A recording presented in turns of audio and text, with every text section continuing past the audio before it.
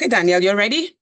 Yes, I'm ready. Awesome. Well, you know what? I like your sweater. That's a very Oh, beautiful thank color. you. It fits you so well. Your skin and that brown goes so Thank well together. Well, thank you for being here today and thank you for accepting to be on Talk to Me Africa. As a first-time guest, I want to say thank you so much, Danielle. I appreciate you. I want to thank you for sharing your platform with me. I really appreciate it. Thank you. Well, I'm going to start by introducing you to my audience. So if you're joining me, this is Talk to Me Africa, a show that I talk about anything and everything, and I try to give an African touch a little bit and see how we can relate with content from all over the world. So let me introduce my guest to you today, dear audience. Danielle Spencer is her name, and she is an author. You are a senior leader with over 2 decades of experience in the field of information technology, focused on business, finance, and acquisition management. You, Danielle, are a change agent, transforming and improving business operations and business processes. You have two master's degrees, impressive, one in business administration and another in information systems and a Bachelor of Science degree in medical research technology. You are also certified in information assurance, that is cybersecurity, and project management. For several years, you worked for the federal government with no problem until you decided to take a stand against corruption. What you did not know was that taking on this new role would also mean a new title, a whistleblower. Mm. In 2024, you won the International Impact Book Award. Congratulations, Danielle, Thank you. and welcome again to Talk to Me Africa. Thank you. Before we start, let me ask you, tell us about a fun fact about Danielle. A fun fact that people don't know about you generally. Um, that I'm an introvert. Even though I tell people that all the time, they're like, I said, no, you don't understand. On the Myers-Briggs scale, I'm the extreme on everything, INTJ. So I'm introvert all the way at the end, Mhm. a thinker, very judicious, very studious. So I am an introvert. Cool. Because people always think that when you talk a lot, that means you're just too overt, right? So I Yeah. always say I go to a concert and I have my favorite artist and he's playing one of my favorite songs, but I can't go on stage. I'm like, no, please, I can't. They're like, when you talk, I'm like, that's different. It's different. So yeah, I feel you. I hear where you're coming from. And so we want to talk today about a couple of things. Being a whistleblower and also an author of books that talk about whistleblowing and data breach and all that stuff. You wear so many professional hats. What does a typical workday look like for you with all the hats that you wear? So I still have my regular job, I call 9 to 5. Yeah. I work during the day, and then in the evenings and the weekends, that is pretty much dedicated to anything author related, Mm, advocacy related. hmm. I want to say that's my work day. Yeah. So prior to becoming a whistleblower, um, it was very routine, not very eventful, went to work, did other things. Now I have a pretty long day. So it Mhm. starts around somewhere between 5 and 6 and can go up to close to midnight. And that's like every day. And then weekends don't start as early, but 7 and then they go on until midnight. So Wow. it's a much longer day now, but I kind of feel like it's something that I needed to do or that I need to do. So I'm Wow. okay with it. Now, whistleblowing. I mean, I am a trained journalist. I worked in Cameroon as a broadcaster, and we had to be so careful about what we say. Even if it was true, you don't want to be the one to break it because, yeah, speech is not that free in most African countries. And so being a whistleblower is something that people shy from, even if they know some scoop, they don't want to say it, but you work for the federal government and then you become a whistleblower. Who is a whistleblower and how do you become one? So a whistleblower, and I'm gonna say Danielle's definition of it. Hmm. Anybody can be one. The moment that you see something, whether it's illegal or unethical or immoral or breaks company policy or your organization's policy, the minute that you speak against it or you tell someone that uh, this certain event shouldn't be happening, you have become a whistleblower. And in my particular case, I'm better at articulating it now. I tell people I wasn't a whistleblower like the Boeing whistleblowers or someone who saw some people engaging in wrongful activity. My whistleblowing was nothing about any national security or any national interest. It was just that I was told to perform certain acts, and based on my interpretation of federal law, I couldn't do it. So all I was doing was protecting myself. It had nothing to do with anybody else. It was just protecting myself and my professional career. And the result of me saying, I can't do that because the law says X, Y, and Z. But hey, if you want to do it, you do it. It turned into something that I never imagined. Not saying that people who do things that are more altruistic in nature deserve to be retaliated against, but because mine didn't have any outside interest, I was not expecting the retaliation that I believe I have endured. So that was what was, I want to say, very surprising and still continues to surprise me today. Interesting. I mean, you say that, you know, you don't want to do what they say you should do, which is against policy. And talking about me from my African view, people will do those things even if they know that it's against policy. An example is, hi, good morning, Deirdre. Thank you so much for joining. Yes, we're going to be detailed about this. Please ask questions that you have to Danielle about whistleblowing, about your data. You're online here with me on Facebook. How are you sure that your information is being protected? We're going to get into that a lot more. But I was saying, I grew up in Africa and I did work as a broadcaster, have the experience of knowing that people will do things to get promotion, right?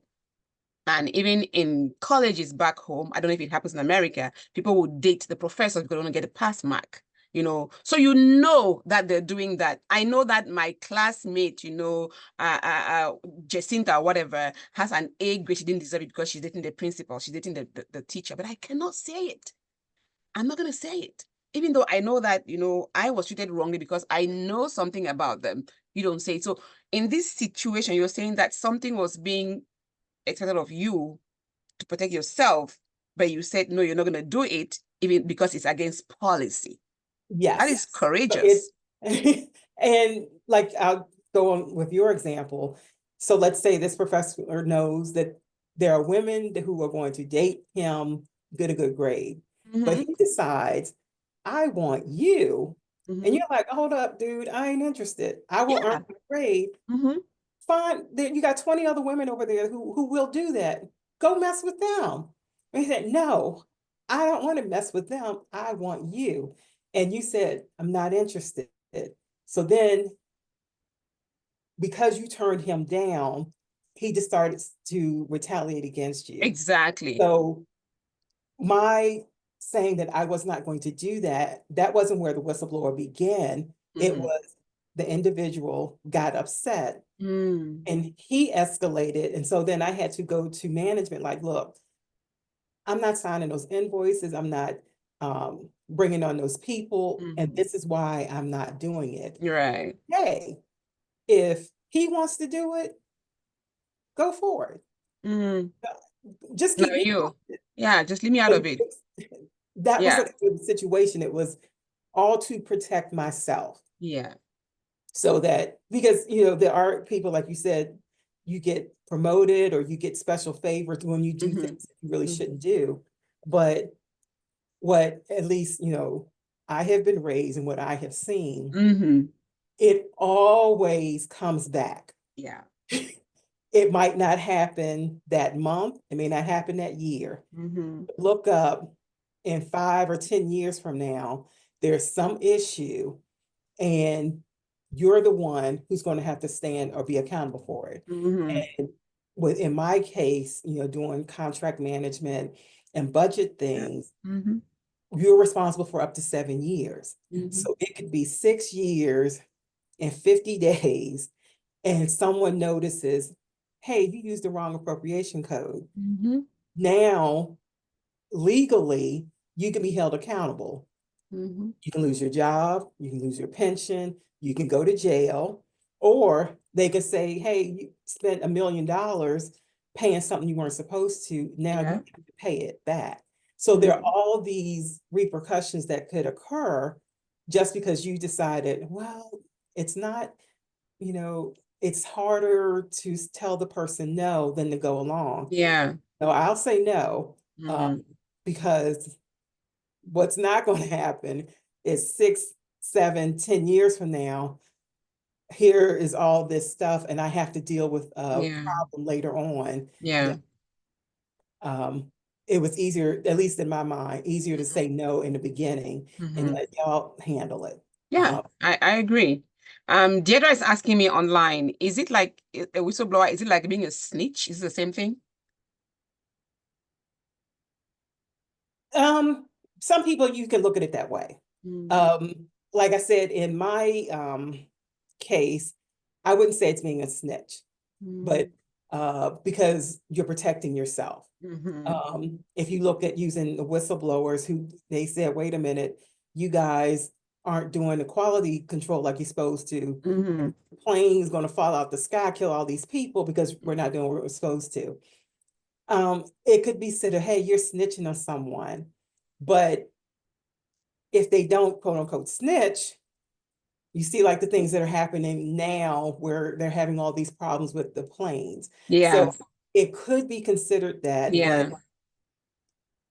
like I said, I wasn't like whistleblower and I wasn't thinking about national interest. No, I was thinking about Mhm. myself. And I was Mhm. like, Mhm. no, we're not doing that to mess my career up or That's my. right. So I think whistleblowing, therefore, is not being a snitch, but it's telling on something that will either protect me as an individual or protect the majority of the people. Yes, That's yes. good. And so your book, Digital Assassins, I voted for the cover, by the way, inspired by, you say, real events. Are these part of the events that you just talked about that led you to writing this book, Digital Assassin? Um, not really. Mm, The books do not deal with any of the like allegations or anything that I said happened, like mm-hmm, possible violations of appropriation law. It starts with what happened after I became a whistleblower. Um, mm, Events that I believe that myself and people close to me endured and mm-hmm, still are enduring. So mm-hmm, nothing to do with the whistle. Like I said, I tell people it's so boring. It's not, and it would not keep your interest at all. You're mm-hmm. like, well, they got mad because you said you wouldn't. Yeah, I'm like, no, who cares about that? Because it right. really is of no interest. The interesting part is what happened afterwards and how the retaliation, as again, I always put it in my Started, yeah. opinion, escalated. Right. See, if I didn't know you and read about you as an author of this book, if I just had the book without the author's name on it, I'll think it's written by a man. Oh, Do you get that sometimes? No, because I think females are usually very more gentle in their writing, and the whistleblowing things that women are always like, I'm not going to get involved. I just want to protect myself and be quiet. But you come forth, in the book. You say that the books were inspired by actual events and reflect abuse of power and weaponization of private data. They also document how taxpayer resources can be used against US citizens when they stand against corruption. Now, can taxpayers' resources be used against them if they stand against corruption? Is that legal? one would think not, Mm, but there are two concepts. Well, there's a concept and a law that I believe people need to understand. hmm. One concept is sovereign immunity. And what that is, and this is non-lawyer Danielle giving a definition of, Yeah. but you cannot sue a sovereign entity like a government, whether it's federal or state, or like a king or prince. You can't sue them unless they give you permission. Mm. Ah, So even so if they give me The right to permission sue to sue them. them. Yes. Interesting. Okay. So Okay. that's one part that, you going through this whole thing that I didn't even know that. And I worked for the federal government for over 20 years. I'm like, wait a minute, the federal government has to give me permission to sue them I'm and they've shocked. done something wrong? Mm-hmm. And the other, and it's a law, it's called the Tax Anti-Injunction Act. And basically, you cannot sue the federal, and I'm focusing on federal government, but really any type of government, to stop them from collecting a tax debt, even if the tax debt is erroneous. And because of that law, like there are a few exceptions, but there are not many. But going through this process, I learned how the tax code, the tax system can be weaponized against individuals. Oh my. And let's say if, and like I said, I lived through this, where someone can falsify income records. And if they have your data, send it into the tax agency, we know who I'm talking about, for the US, and falsely give you a tax debt. So if IRS decides to go after you for this tax that they believe that you owe, and you're telling them, I don't owe that, you can't sue them to stop them from collecting that tax because of that law. And if people like are, I call it bad actors, if there are bad actors out there, that's one way of using digital technology to assassinate someone, their character or their finances. Where you don't have to make a person disappear now. You don't have to physically kill them. Yeah. The way that technology is now, and it's getting even more advanced, especially with AI. Yeah. You can use technology to basically kill someone using, and like I said, using technology. So then how can we deal with such financial and emotional digital assassination? Because if it's physical, the person is gone. But if I am assassinated digitally, I still am here. How do I deal with that? Do I go back to that same government and say, hey, this is what is happening? Or if it's Danielle who did that against me, do I go to, how do we even deal with that? It's digital. It's really confusing. But the first thing is knowledge. You have to know what it is that you're looking for. So that's my biggest thing I tell people, no. You have to know, get that knowledge. What technology is out there, and you don't have to be a techie person. I'm not technical wherein I'm a good programmer. I'm more a technical person from a policy and operation standpoint. So I know what technology is out there and how it can be used. I mentioned AI earlier, artificial intelligence. Know what it is and how it can be used. Don't be fearful of it, but know what it is. Find people that you trust, and not people that just agree with you, but people that you trust, that you follow, so you can hear the newest trends in technology and security. So the biggest thing to protect us is knowledge. The second part is looking for when certain things happen to you. So, or if they happen to someone that's near you. One of the examples that I give in the book where someone close to me got a fake or fabricated ticket. If something happens like that, where you get a ticket in the mail and you're like, I really don't think that was me.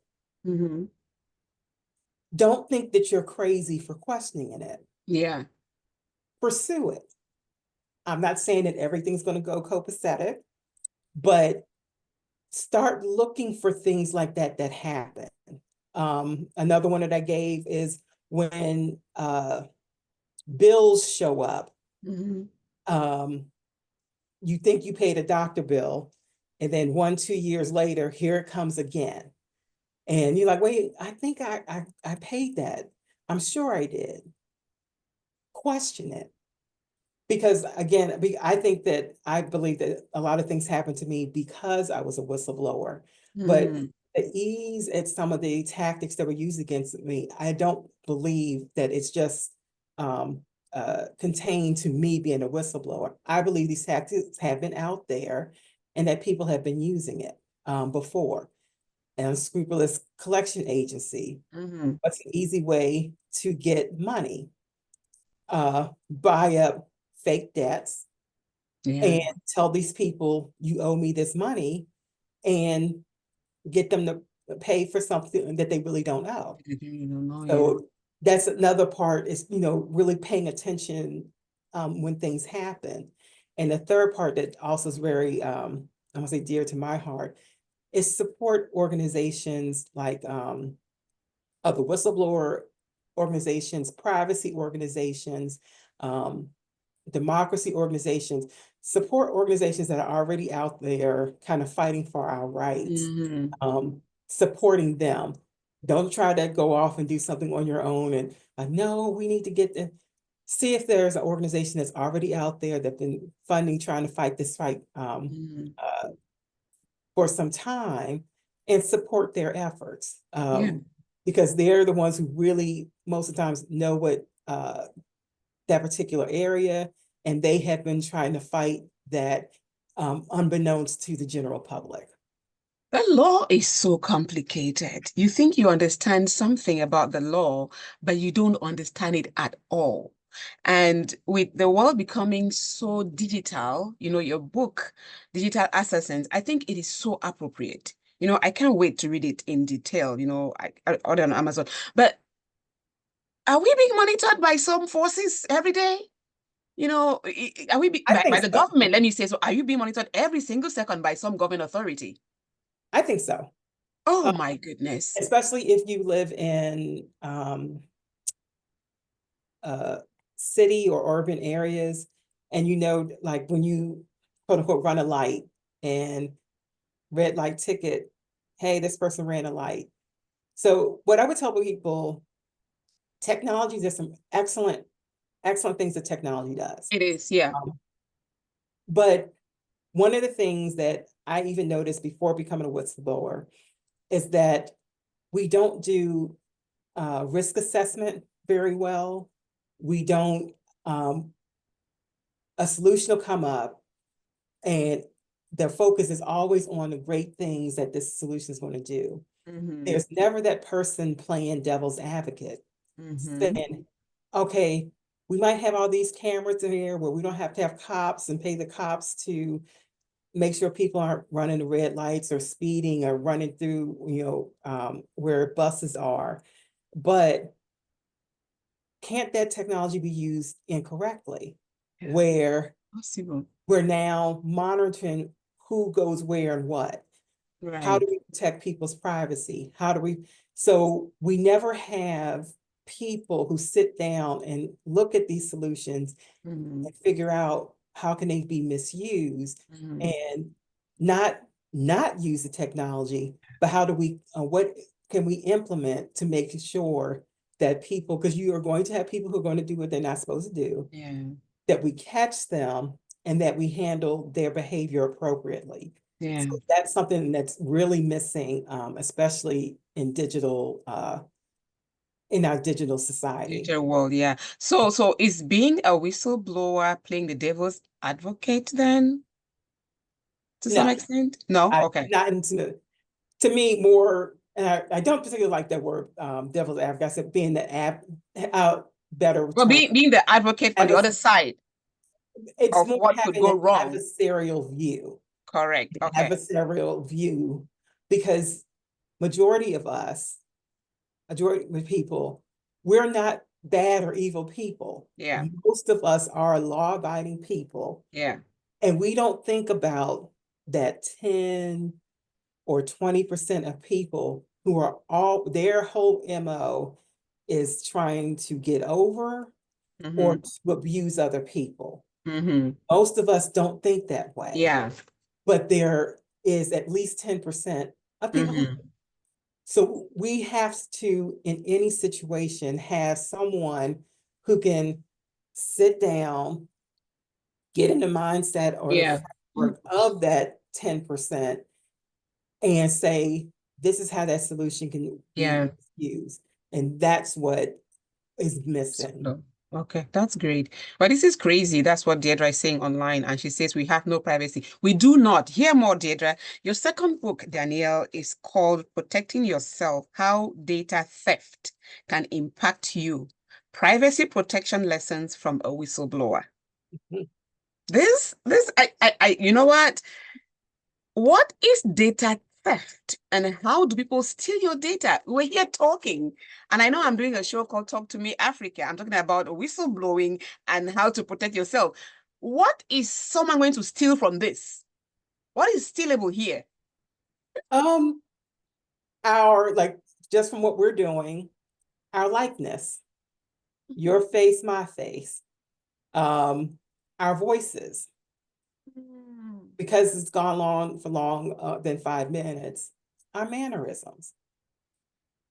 Those Oh, are things that can be stolen because we're using the internet, your IP address.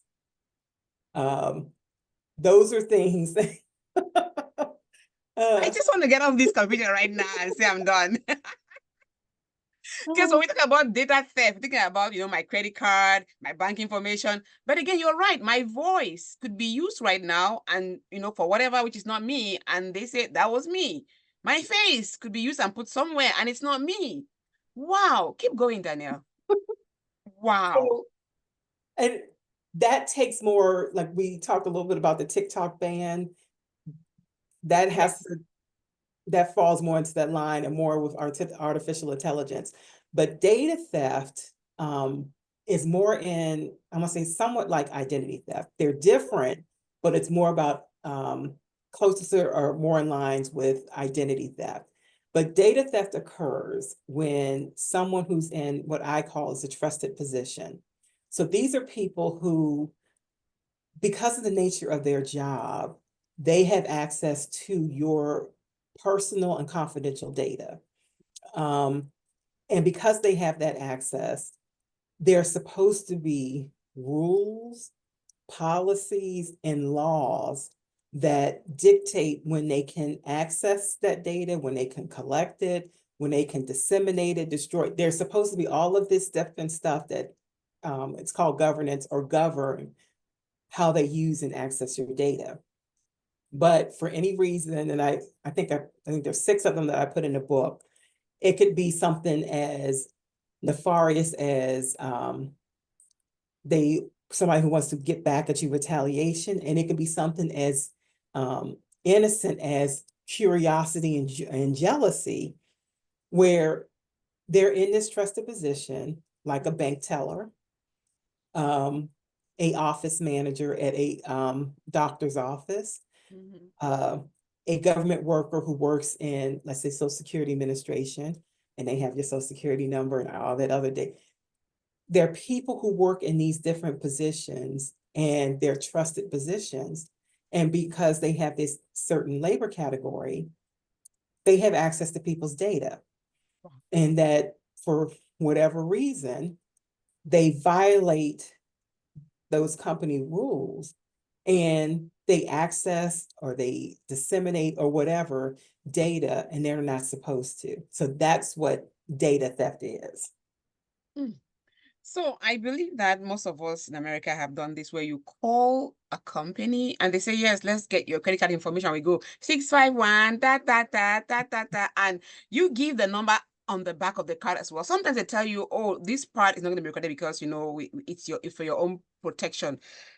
Should we start thinking twice or thrice before we even start saying, oh, yes, my information, you give it to what should we, like, I'm scared. Don't be scared. I always tell people it's okay to have that emotion. Mhm. And especially when I have talks, I'm telling people about data theft and they're like, oh my God, I'm so scared. I'm like, okay, it's okay to have that emotion. Give yourself some time. It should Mhm. not a long time, but you kind of got to get over it, You have to. because we are in a data-driven society now, and it's not going to get worse. Mm-hmm. But I mean, it's not going to get better. Now, know what data theft is, so you change your behaviors. So one of the things in the book, I don't focus on any technical solutions. I might mention one or two, but you can have the best technical solution out there. Mm-hmm. If your behaviors don't change, if the Mm-hmm. behaviors of people in these companies don't change, Mm-hmm. if behaviors don't change, it doesn't matter what type of technical solution that you have, Mm-hmm. it'll never work. You never work. So it's more changing on the behaviors and implementing policy and laws that when people do bad things, they're held accountable. And Mm-hmm. right now, our laws and our policies have not caught up to the digital world, and they need to. I'm But afraid of that because, I mean, she's saying online that I was a victim of identity theft. And she also says, data also says that the school did that to my son when he was in first grade. They had an Iranium kid's picture of my son, whom obviously was not received free lunch. Maybe they have a different picture of your son who wasn't receiving free lunch. They had a different child picture as her son. I think that's what she's trying to say. So if we should not be afraid, like you're saying. And I'm trusting that the person at the end of the phone call whom I'm giving my credit card to, or the bank teller, I'm telling them to look into my account, they're telling me stuff on the phone. If I don't have to be afraid, and our laws have not caught up to this digital theft, right? How do I deal with that? A lot of time people are scared to even start reporting it to the police because what are they going to do? So what's the right now, solution? there's nothing that that they can do because the laws are not there. But Exactly. these are, I want to say, if we look back through history, through society, there's there is and always will be, as long as you have human beings, there is always going to be a gap in what's right and what's wrong. And Right. the law needs to catch up.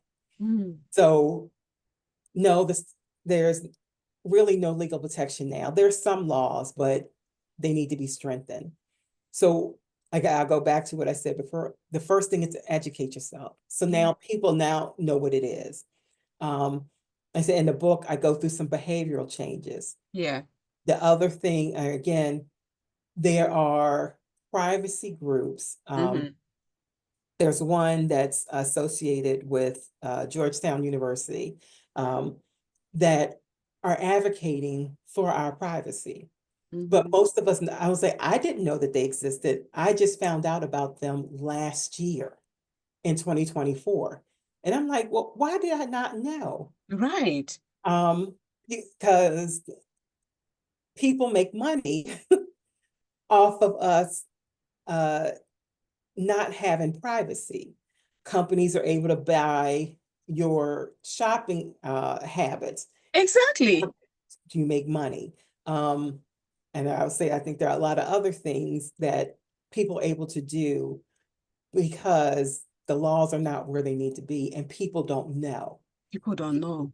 Mhm. People don't know. Well, I thank you all, Mercy Psychiatry, for joining. She says that, is it true to say that your data can be stolen long before you even find out? Yes. And Mm. there are times where you won't even know that your data has been stolen. And I give this in that book, The Protecting Data Theft, and I give, that's a nonfiction book. And I give some examples and I provide Mm. paperwork.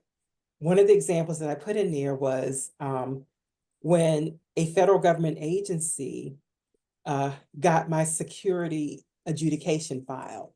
Mm-hmm. And for people who've never worked for the federal government or who contracted with the federal government, they don't understand how invasive a security adjudication is. And it's Yeah. not just for you, it's people associated with you. Mm. So they get at least 7 years of your life, from your name, your Wow. social security number, your date of birth, your height, your weight, your eye color, your driver's license number, your passport number, where you've lived for the last 7 years, if you've gone out of town, if your parents are still living, their name, their date of birth, their address, if you have siblings, if you're married, Wow. in-laws, your Your name. whole life. Yes.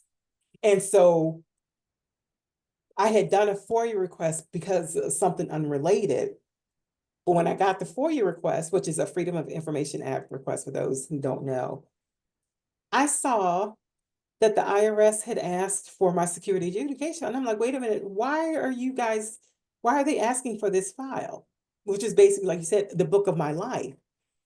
And the excuse that they gave was, well, we were considering her for a job. I said, really? What job was that? Because Yeah. I don't have any record of applying. And Applying, I yeah. know I didn't interview. So why were they given all that information about me? And well, this is Wow. what they said. And just because I did that FOIA request, that's how I found out.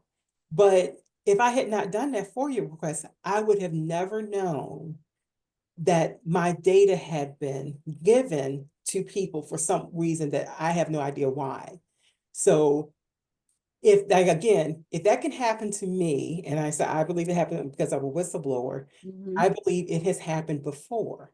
And let's say a domestic situation, Mhm.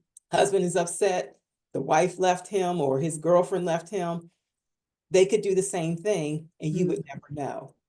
Um, these certain things that are going on in our society where people don't feel that women should have certain rights or people have right, they do the same thing. And it's so that's why I say it's people educate yourself as to what it is and then advocate that we should have a right to privacy. And Mhm. when our privacy is violated, what are going to be the repercussions? How are we going to hold people accountable for violating our privacy? And I really appreciate you putting this book. I would say it is a non-fiction, so it is a real story. The book is called Protecting Yourself: How Data Theft Can Impact You. Privacy Protection Lessons from a Whistleblower, Danielle Spencer, right here. You know, it's scary to know that people can steal everything, including the color of your eye, your height, and your weight, and we're all in the weight loss journey. See, if they steal my weight at 150 pounds, by the time they use it, I'm 110 pounds. What are they going to know? Anyway, that's me just trying to joke here. But in all seriousness, in all seriousness, Danielle, when do we expect the law to catch up? Because we have been in this digital space for so long that I'm surprised that the law has not caught up yet. Are there any things that you see in the limelight for some change to happen so that I can know that I am being protected? Being here on Facebook. Until people speak up and Mm. it becomes, I would say, like a natural national interest, it'll never change. That's true. I had a Um, lawyer who told me that before the law is made, there has to be a crime. So we have to complain and talk before they have to make the law for that yes, protection. We're yes. still waiting. How long can we wait? And now let's talk about what is boiling now in social media, TikTok, right? TikTok has been here for a while, a long while to say the least. And we know that it's a product from China.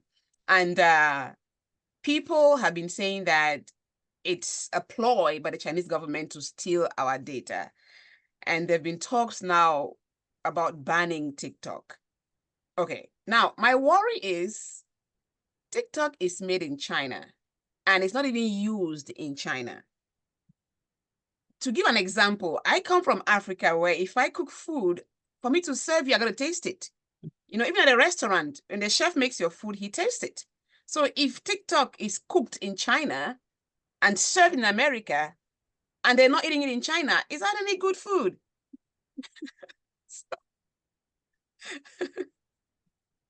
Good way to think of it, to look at it. Hmm. Um, so, so that I'm not disparaging TikTok or anything. Mm-hmm. My understanding is that in China, that the law is that if they want any data on any organization, so you talk about privacy rights and data rights, if they ask, you have to give it up. You have to. That there is no privacy there. So for a company that operates in China, and if the Chinese government comes to them and all of these people who are on TikTok said, we want that data, because they operate in China, they have to acquiesce. At least that is my understanding. So my thought process is this could not have just been known Now. a year from now. Yeah. I mean, last year. Yeah. 5 Or years. even now. This had to have been known some time ago. At the inception of the platform. Come on So now. what has happened where we say, oh, wait, even though we might have known this, now we need to take action. And I have no insight into it. I have my suspicions, and it all relates to me, to AI. Yeah. That now that AI, I mean, it is here. People use it. People use It's it. being implemented. We're starting to use it for other things. Now we can use, like I said, we have your image, we have your voice. Now, how hard is it to start creating videos of you saying things or having conversations and they're not accurate? We see that already. People use the voice of President-elect Trump. They use the voice of authorities to just mimic things. You see all the memes that are going on is because they have their voices, they have their images, and they have their mannerisms, so they can use that, you know, against us. And when you are creating your profile online, they ask for your phone number. You go, here's my phone number. But from that phone number, they get you connected to other people. You go, oh, they say, oh, your friend is here. You want to connect with them? Like, how do you know that that's my friend? Because I did not give you their number. You know, and Yeah. I was at the doctor a couple of weeks ago, and she said, oh, let me just have AI record while we talk. And I'm like, AI who? AI take note while we talk. And I go, AI who? So it is very helpful, but again, very invasive, right? So I hope that there's a solution to filtering information that we give, you know, online. But I mean, this is something interesting that our Messi said. She said we should also try to read the fine prints of what we are signing. Some actually say they can share your information with the third parties, meaning your privacy is not protected. Now it's time to read all the fine print of paperwork that you sign, because it is this big. Would you advise us to read the detail? And even if we do, I don't understand everything. So if I say that they're from my opinion, from a legal perspective, they're dubious anyway. Exactly. And it's done that way purposely to make sure that the company's not held liable. And they say, well, wait a minute. Yeah, we showed this country or whatever with your data. You did sign that. But to me, especially when you have other countries involved, where is our country looking out for its citizens' best interests? Should another country be operating in our country and giving services if it's not in our country's best interest, in your citizens' best interest? So like I said, this is all stuff that we don't always have those people in that room who's looking at stuff from the perspective of, yeah, that's fun, it can do this, it can do that, but how can this be misused? And I believe there was no one in the room years ago that thought that way. I don't read the fine print, not at least not all of it, because you are filling an application of a page, and then the fine print is like 2 pages. You're like, who have time for that? But then that's the way for them to protect themselves and claim that you were informed. Sometimes you get, if I go on a website, let's say Amazon, and I look up your book, the next second I start seeing your book sent to me, or just something about authors in that particular area sent to me, that is the company selling my data, right? Selling data to other companies, is that something legal that we should be doing in America? We should worry about? Because if you go online and look for, let's say, a vase that is advertised, it's very beautiful. The next second you go back online, you see vases of that same category being put on your page. I'm like, oh, told you I'm looking for this vase. So how do you protect yourself from something like that? I don't think it's possible. It's not necessarily people selling your data. That's more so people Marketing behavior, looking at your habits, your habits. your shopping habits, your viewing habits.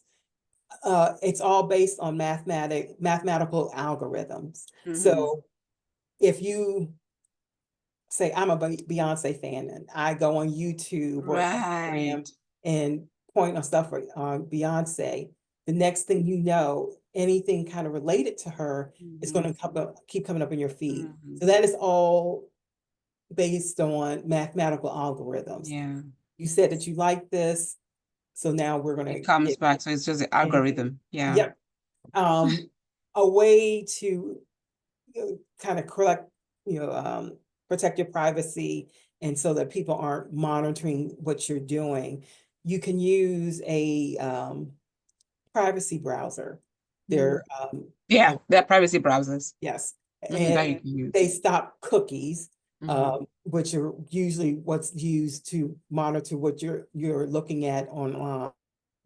But they block the cookies, and that'll kind of really, I don't say eliminate, but it'll cut down on that monitoring of how you're viewing on the internet, what you're buying.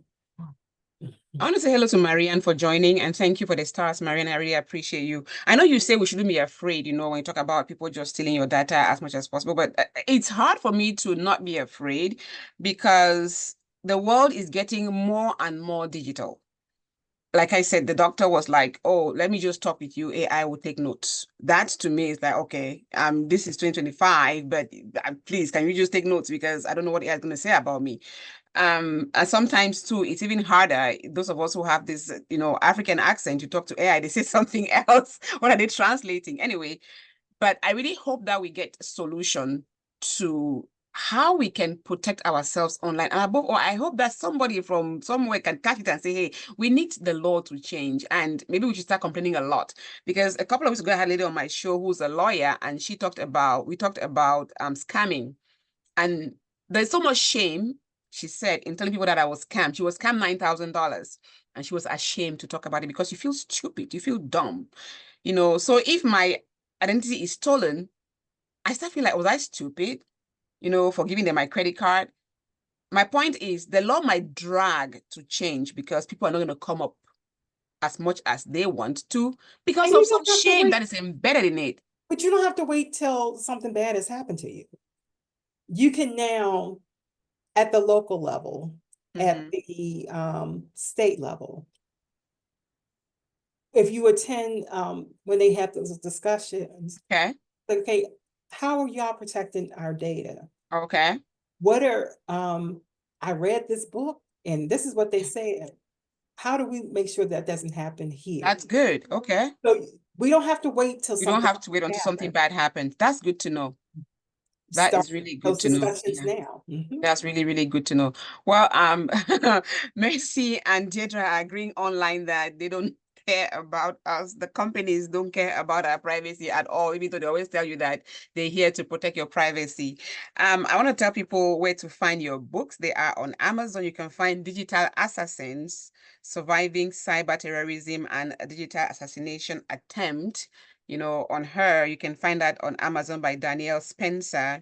At Barnes & Noble, you can also find the same book, and you can find Protecting Yourself, How Data Theft Can Impact You, Privacy Protection Lessons from a Whistleblower. Danielle, I don't know how to say thank you for being here today. Any other thing you want to tell our listeners before I let you go? No, again, I said thank you for sharing your platform with me, and I appreciate the interest. I always give my guests an assignment and ask you to bring a wise word or a proverb to share with us today. What do you have to share? Um, I would say that right now, like hearing this can sound frightening and be somewhat scary, Mm-hmm. but do not, you know, let that emotion have its time. But you're not alone. There are a lot of people out here who, even before you heard about it, thought or experienced something that um, made this an interest of theirs. So we're not one person, they're not two people, we're not even 100 people out here trying to fight, but make this fight. There are other people who are already there, and we will make the change. It may Yeah. not happen overnight, but as long as we start unifying around that this is an issue that needs to be addressed, it will be addressed. It will be addressed. I don't know. Is there a whistleblower club? I'd like to join one and need to learn more. There are quite a few out there. Oh, The one that okay. I just joined, it was called Whistleblowers of America, but Okay. there's also, I think, the Whistleblower House, and I really think they deal with a lot of people in Africa. But there are quite a few. Again, like I said, I didn't know that they were out there. Yeah. I did not know any of this until afterwards, and I wish I had known before because Yeah. it's Yeah, but very, it's very never good too late, right? cases. We can jump on the bandwagon right now and also learn more about it. Well, Danielle, thank you so much. Thank you. And thank you to those who joined us online, and all your questions and comments have been so helpful to, help foster this discussion today. Again, a reminder, you can find Danielle's book online, Digital Assassins, Surviving Cyber Terrorism and a Digital Assassination Attempt, and also Protecting Yourself, How Data Theft Can Impact You. Privacy protection lessons from a whistleblower. These books are going to help you just, be on the alert when it comes to things that we do online. And we are online every day and every second. Wow. Danielle, thank you and have a wonderful Sunday. And thank you. Yeah. Bye-bye. Bye.